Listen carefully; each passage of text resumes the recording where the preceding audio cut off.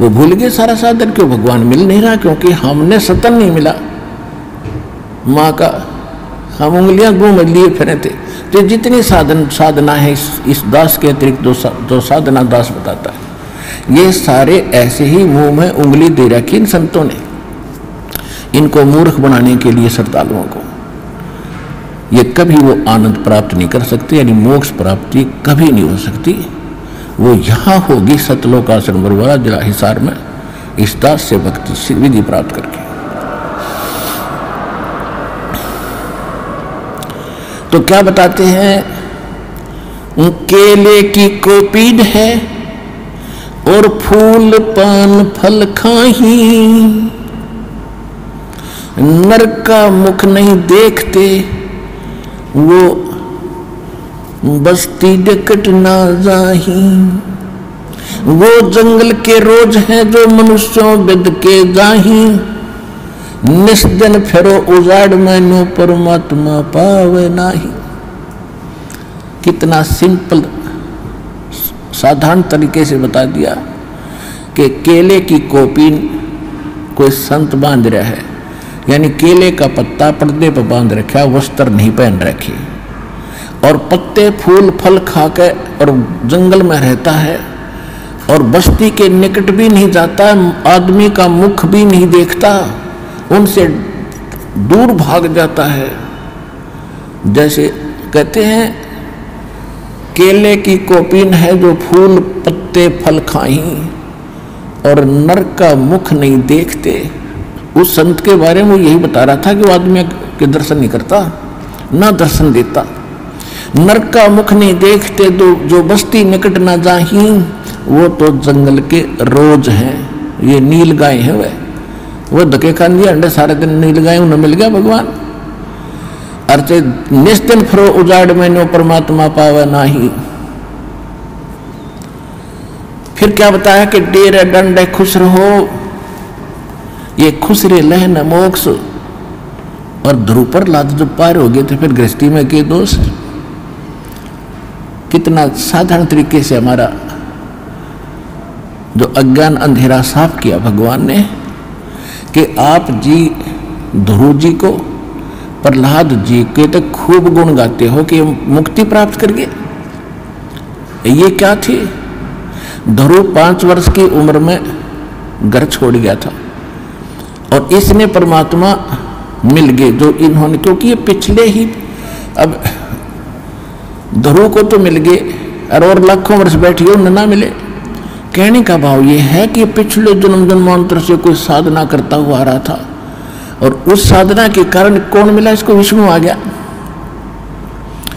और विष्णु से इसने क्या मांगा, मुझे अटल राज दे दो, तो इसने राज दे दिया, क्योंकि इसका वर्क डन मिल गया। मोक्ष नहीं हुआ, भगवान से दौरे बैठा रहा, जब तक सतलोक नहीं जाएंगे तो उस भगवान के मिलने का लाभ क्या हुआ।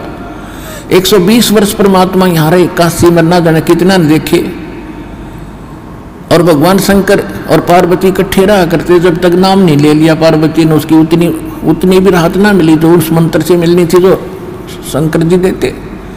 तो भगवान के मिलने मात्र से मोक्ष नहीं है।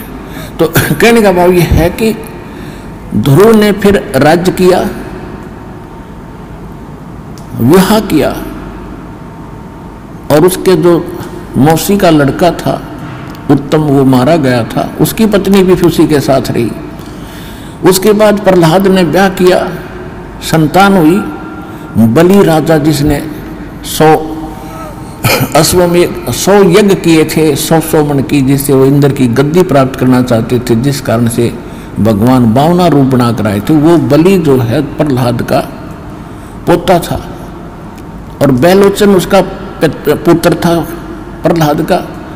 तो प्रहलाद ने ब्याह करवाया, ध्रुव ने ब्याह करवाए। तो यहाँ परमात्मा समझाना चाहते हैं कि डेरे डंडे खुश रहो, डेरा माने घर। और ये अगर तुम ये कहते हैं कि गुरु जी ब्रह्मचारी हो और चेले गृहस्थी हो, वाह रे शेरो। अब भक्ति तो देखो दोनों ने करनी पड़ेगी, गुरु जी ने भी और चेले ने भी, और एक जैसा। और ठीक है, जो ब्रह्मचारी रहना बुरा नहीं, और केवल ये कहना कि ब्रह्मचारी ही गुरु हो सकता है, ये मूर्खता है। परमात्मा विधि विधान से मिलेगा। उसको कहते, परमात्मा कहते हैं अगर तुम यही मानते हो कि बाल ब्रह्मचारी रहे और जंगलों में रहे और तभी भगवान मिलेगा, उसके लिए उदाहरण दे रहे हैं कि डेरे डंडे खुश रहो, ये खुसरे लहना मोक्ष, ये हिजड़े पार ना होते अगर केवल ब्रह्मचारी रहने मात्र से ही तुम मानते हो मोक्ष हो जाएगा। तो इन खुसरों का नंबर तो अब तो पहले आना चाहिए था। और फिर कहते हैं द्रुपर लाद भी पार हो गए तुम कहते हो, तो फिर गृहस्थी में के दोष। अब परमात्मा का कहने का ये तात्पर्य नहीं है कि खुसरे मोक्ष नहीं पाएंगे, यानी मुक्ति मनुष्य जीवन हो, चाहे वो खुसरे हैं, ये भी तो मानुष है, इनमें सब बुद्धि है और स्त्री है पुरुष है, इस विधि से मोक्ष प्राप्ति होगी मानव शरीर में।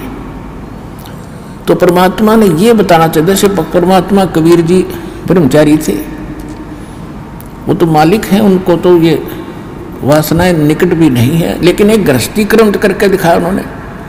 2 बच्चे मुर्दे जिंदे करे थे किसी कारण से, किसी की शर्त पे, और 2 माता पिता थे, मुंह बोले जन्म नहीं था मालिक का, वो नीरू नीमा उठा लाए थे दाता को जब सतलोक से आके कमल के फूल पर विराजमान हुए थे लहर तारा तालाब में। तो ये परिवार था दाता का, और परिवार में रहे, परिवार गृहस्थी का वाला कर्म किया, सारा कपड़ा बुना करते थे और भगवान की भक्ति भी करते थे, परिवार का पोषण भी करते थे, भक्ति भी करते थे का मतलब हमें दिखाते थे कि भक्ति करनी पड़ेगी, और इतना भी गुजर मालिक दे दे तो भी पर्याप्त है। यहाँ से पीछा छुटाने के लिए इन बकवादों से उल्टा हटना पड़ेगा। कोठी बना लूँ, फैक्ट्री ला लूँ, यूँ कर दूँ, फलान कर दूँ, ये नहीं। परमात्मा ने जो भक्ति करनी है तो भगत की तरफ रहना पड़ेगा, बुराइयों से भी बचना होगा,